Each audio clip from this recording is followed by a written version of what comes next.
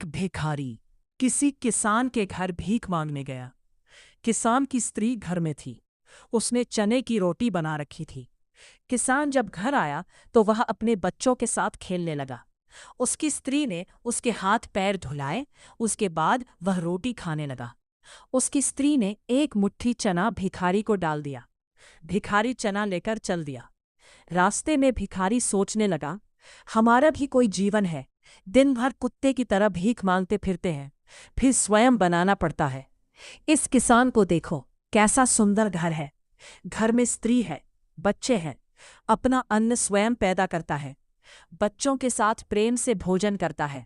उसे कहीं भी मांगने नहीं जाना पड़ता। वास्तव में सुखी तो ये किसान है। इधर वह किसान रोटी खाते खाते अपनी स्त्री से कहने लगा, बड़ा बैल बहुत बूढ़ा हो गया है, अब वह किसी तरह काम नहीं देगा। ये देख कहीं से कुछ रुपयों का इंतजाम हो जाए तो इस साल का काम चले। सोच रहा हूं कि जयसिंह महाजन से ब्याज पर रुपए लेकर नया बैल खरीद लूं। भोजन करके वह किसान जयसिंह महाजन के पास गया। बहुत देर तक मिन्नतें करने पर उसने 1 सैकड़ा के ब्याज पर उधार देना स्वीकार किया। एक लोहे की तिजोरी में से जयसिंह ने एक थैला निकाला और गिनकर रुपए किसान को दे दिए। रुपए लेकर किसान अपने घर को चला गया। वह रास्ते में सोचने लगा कि हम भी कोई आदमी है। घर में 5 भी रुपए भी नकद नहीं है। कितनी विनती करने पर उसने रुपए दिए हैं। जयसिंह कितना धनी है, उसके पास तो सैकड़ों रुपए हैं। वास्तव में सुखी तो वह जयसिंह ही है। जयसिंह छोटी सी कपड़े की दुकान चलाता था। वह एक बड़ी दुकान से कपड़े ले आता था और अपनी दुकान पर बेचता था। दूसरे दिन साधु राम कपड़े लेने गया। वहां से महावीर की दुकान से कपड़ा लिया। वहां बैठा ही था कि इतनी देर में कई फोन आए। कोई मुंबई से था तो कोई कोलकाता से। किसी ने कहा 5 लाख रुपए मुनाफा हुआ, किसी ने 10 लाख। महाजन यह सब देखता रहा और कपड़ा लेकर चला गया। वह रास्ते में सोचने लगा कि हम भी कोई आदमी है।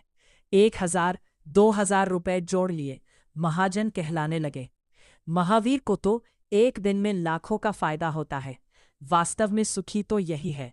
इतनी ही देर में महावीर को फोन आया कि 10 लाख का घाटा हुआ।